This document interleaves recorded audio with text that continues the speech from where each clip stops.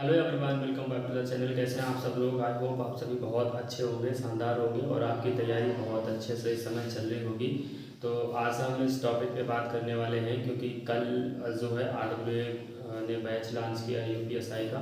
तो उसी को लेकर के और उन्होंने बताया भी है कि यूपीएसआई की जो वैकेंसी हैं वो अक्टूबर सितंबर में लगभग देखने को मिल सकती हैं। तो मैं आप सबसे यही कहूँगा कि अगर ये एक चांस और आपको मिल रहा है, इसको मतलब एक बहुत ही अच्छा चांस समझ लीजिए क्योंकि यूपीएसआई की वैकेंसी 4 साल 3 साल के अंतराल पे आती हैं, आप सबको पता है। और अगर इस बार ये आपको मौका मिल रहा है या मिलने वाला है तो आपको बिल्कुल भी इसको छोड़ना नहीं है क्योंकि लास्ट टाइम क्या हुआ हम लोगों के साथ आप सबको पता है।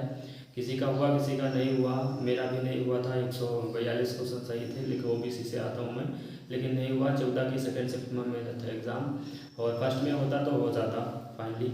और ठीक है, बाकी जो भी चीज़ें पिछली बार रहीं उनसे हम कुछ सीखेंगे और अगर एक मौका हमें मिल रहा है तो हम उसको आगे आगे हम उसमें अच्छे से फाइट करेंगे। तो इसीलिए हम उस टॉपिक पे बात करने के लिए आज आपके साथ आए हैं।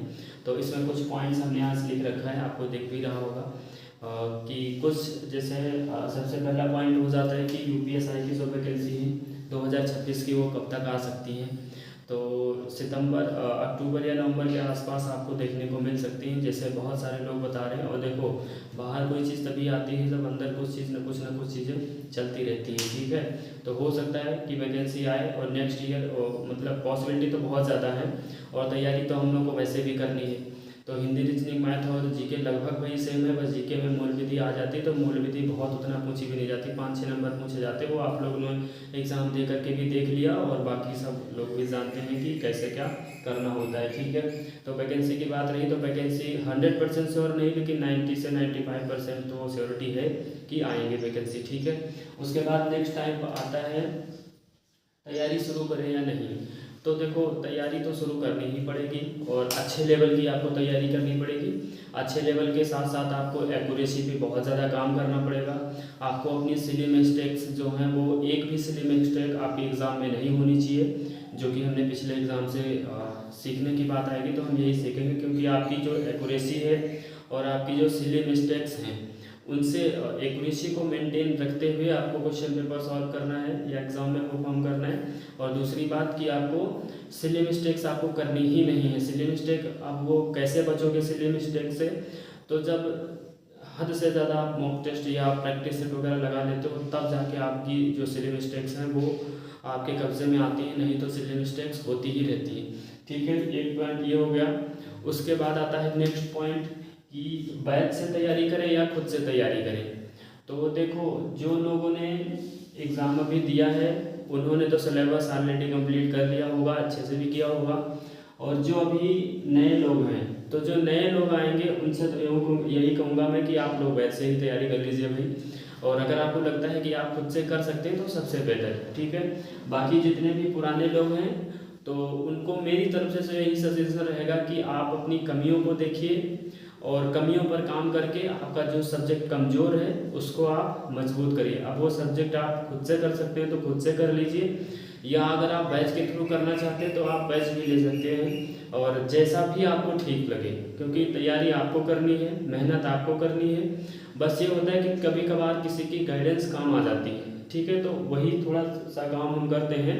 और बाकी बहुत सारे लोग मैसेज भी करते हैं कि उनको थोड़ा प्रॉफिट भी होता है और ठीक भी लगता है, ठीक है। तो ये पॉइंट हो गया।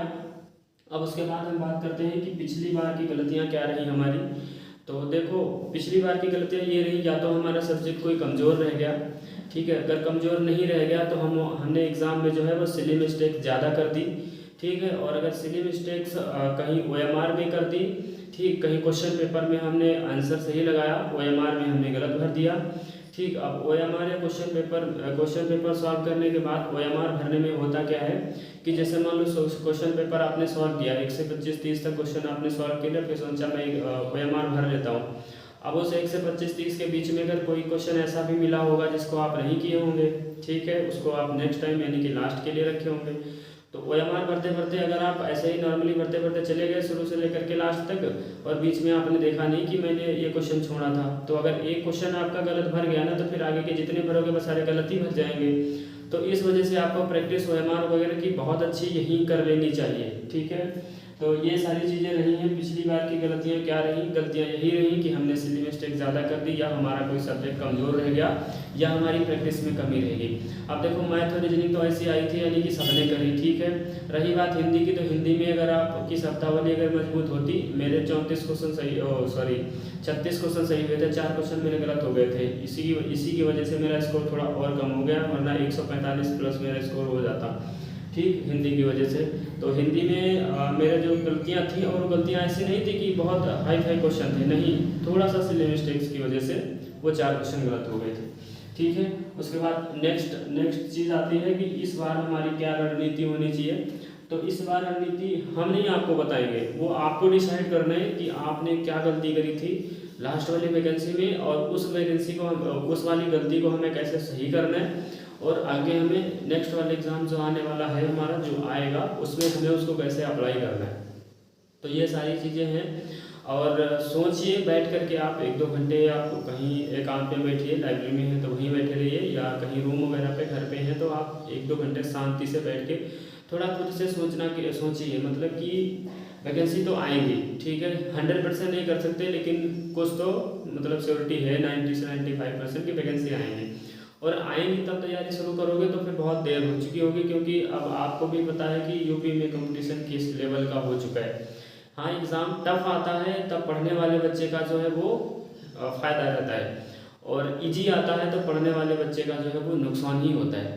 क्योंकि इजी में क्या होता है कि जो कम पढ़ा रहता है वो भी उतना ही करके आता है, और जो बहुत अच्छी तैयारी कर रखी होती है वो भी उतना ही करके आ जाता है, ठीक है। पिछले वाले वैकेंसी में आप लोगों ने देखा भी होगा, मैथ और रीजनिंग मुझे लगता है हर कोई किया होगा, कितने 80 में से 70-75 तो हर कोई किया होगा।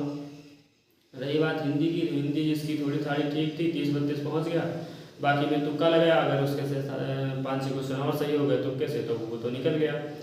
पढ़ने वाला क्या करता है, पढ़ने वाला ये सोचता है कि ये वाला ऑप्शन, जैसे ऑप्शन टकराने लगते हैं ना, 2 ऑप्शन, जैसे 2 तो पता चल जाता है कि नहीं, लेकिन 2 ऑप्शन जब टकराने लग जाते हैं ना, तो पढ़ने वाले का हमेशा तुक्का, पॉसिबिलिटी ये रहती है कि उसका बहुत कम तुक्का सही होता है, क्योंकि मेरा भी तुक्का सही बहुत कम ही होता है, ठीक है। 1-2 क्वेश्चन भले ही सही हो जाए, लेकिन मुझे पता है कि मैं तुक्का मारूंगा तो मेरा गलती होता है, ठीक, वो लगता ही ऐसा है। तो ये सारी चीज़ें हैं। बाकी आप लोग बुक्स वगैरह आप सबको पता है कि कहाँ से क्या करना चाहिए, कैसे क्या पढ़ना चाहिए।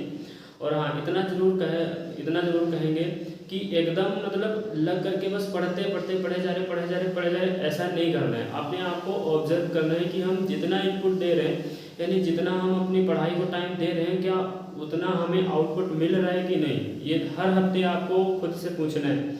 ये मतलब कंपटीशन की जंग ऐसी होती है कि इसमें ना उम्र का कोई मतलब, ये छोटा बड़ा का कोई वो नहीं है। तुम छोटे हो, कोई तुमसे उम्र में बड़ा है, और छोटा वाला अगर डिसिप्लिन रह करके अच्छे से तैयारी करता है तो वो बड़े वाले एक्सपीरियंस वाले को बीट कर जाएगा, डेफिनेटली कर जाएगा। छोटी छोटी गलतियां नहीं करनी है आपको। आप जितने टाइम पढ़ रहे हो आपको अच्छे से पढ़ना है, ठीक। 1-2 वैकेंसी में नहीं होता है, इसका मतलब ये नहीं होता है कि आप पढ़ने में कमज़ोर हैं, ठीक है। कभी कभार नॉर्मलाइजेशन का भी खेल बहुत बड़ा हो जाता है, जैसे आपने UPSI में भी देखा होगा और होमगार्ड में भी देखा होगा, ठीक है। तो बाकी यही सारी चीज़ें थी।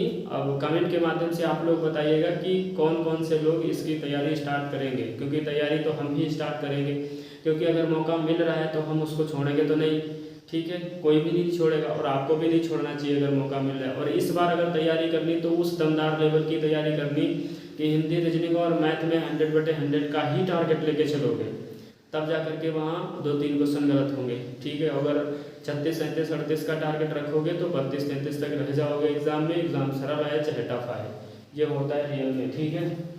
तो आपको कमेंट के माध्यम से आप लोग बताइएगा कि कौन कौन आप तैयारी शुरू कर रहा है इसकी, और कब से शुरू की जाए, और क्या रणनीति होनी चाहिए। वीकली आप लोगों से मुलाकात होती रहेगी। और बाकी जिनका होमगार्ड का DBPST अभी स्टार्ट होने वाला है तो उन सभी को ऑल द बेस्ट।